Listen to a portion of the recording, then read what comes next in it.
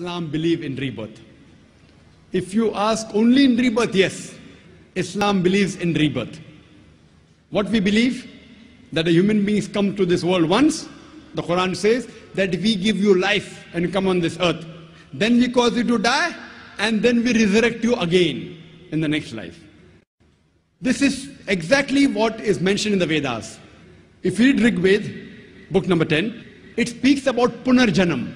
Punar means next, Janam means life. So the Ved speaks about Punarjanam, about the next life.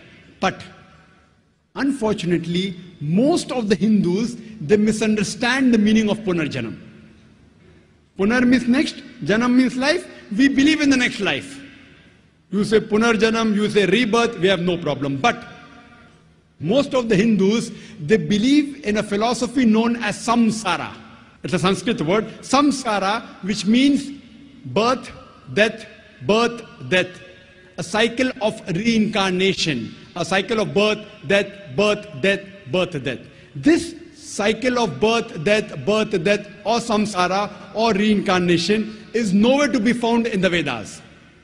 What they quote is a verse of Bhagavad Gita, chapter number 2, verse number 22, which says that like a human being takes off the old clothes and puts on new clothes, same way the soul throws away the old body and puts on the new body.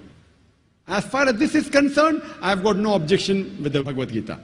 It's further mentioned even in the Upanishads that like a caterpillar walks up a grass of blade, it jumps onto the new grass, I have got no problem.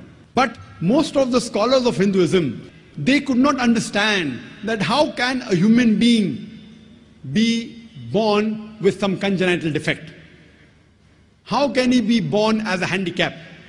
Some are born healthy, some are born handicapped, some are born in rich family, some are born in poor family. So they thought this was injustice.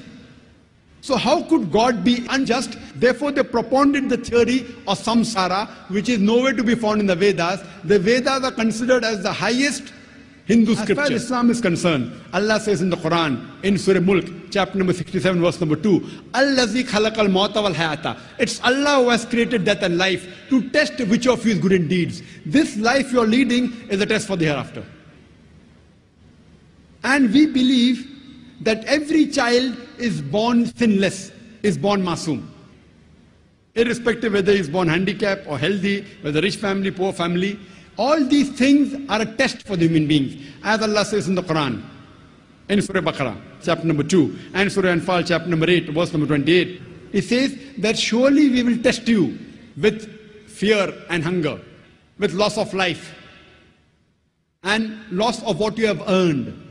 It's mentioned in Surah Anfal, chapter number 8, verse number 28, that your children and your wives are a test for you. Now here we realize that the Quran says the children are a test for you. Now if a child, suppose, is born handicapped, it's a test for the parents. The parents may be very good, they may be pious, maybe Allah wants to test them more. After giving them a child which is handicapped, yet do they have faith in Allah or not? It's a test. So whenever any calamity befalls any human being, it's either a punishment or a test. Whenever any good thing happens in your life, it's either a reward or it's a test. That does not mean if something bad happens, it has to be a punishment. It can be a punishment, it can be a test. If something good happens in your life, it can be a reward or it can be a test. So here Almighty God is testing the parents. So what in Islam, we are born in this world once and once is sufficient. Once we die, we are resurrected on the day of judgment. I want to ask you the question, brother. In this world, as every year is passing on, is the population of the human beings increasing or decreasing, brother? Increasing or decreasing? Increasing. Very good. Is the sin in the world increasing or decreasing? I can't hear you. Increasing or decreasing? Increasing, sir. Sorry? Increasing. Increasing. Human beings are increasing and even sin is increasing. If I agree with the philosophy of Hindu scholars, more the sin increases, the population of human beings should decrease. So therefore, I believe in going to the higher scriptures, Vedas. When I talk, which I had given the talk earlier in Chennai, during the first peace conference, that was in 2004, similarities between Islam and Hinduism. And there I showed and compared that even in Vedas it speaks about one God, no idol worship, and everything. So what is common between the scriptures we follow? So this, the cycle of samsara, birth, death, is nowhere to be found in the Vedas.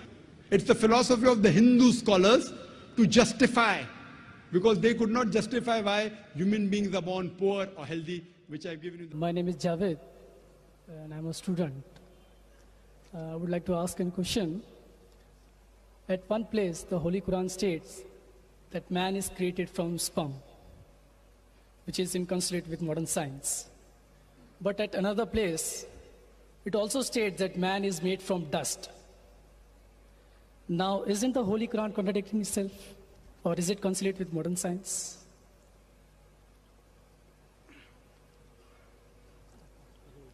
The brother posed the question that one place the Holy Quran says that human beings have been created from sperm, which consists with modern science.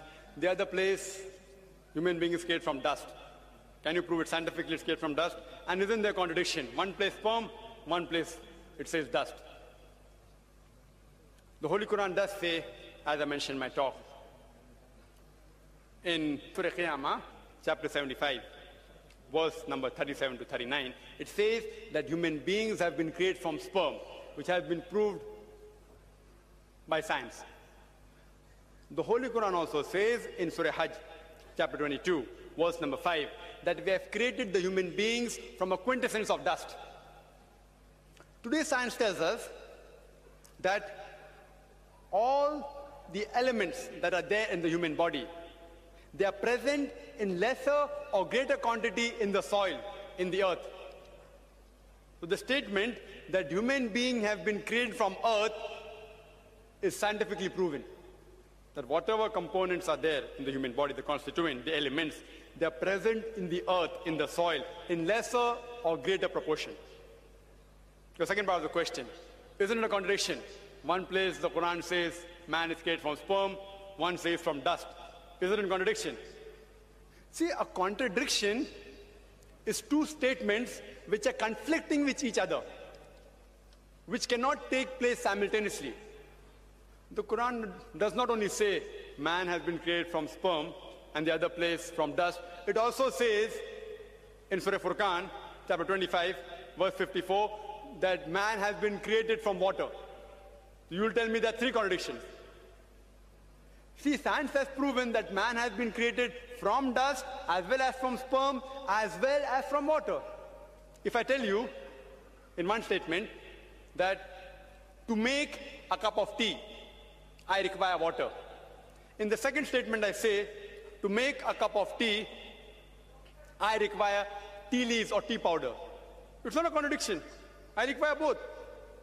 If I want to make sweet tea, I add sugar to it. If I want to make panikam tea, I add less water and more milk.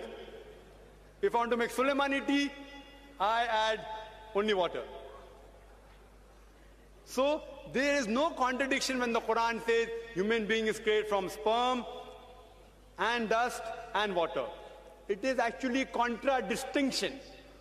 What is the meaning of contradistinction? Contradistinction means speaking two or more things about a subject which are not conflicting with each other. For example, if I say that this man is honest, he's kind and loving, it is contradistinction. But if I say this man is always a liar and a truthful person, then it's contradiction, because both are opposing. If it's not opposing, it's called as contradistinction.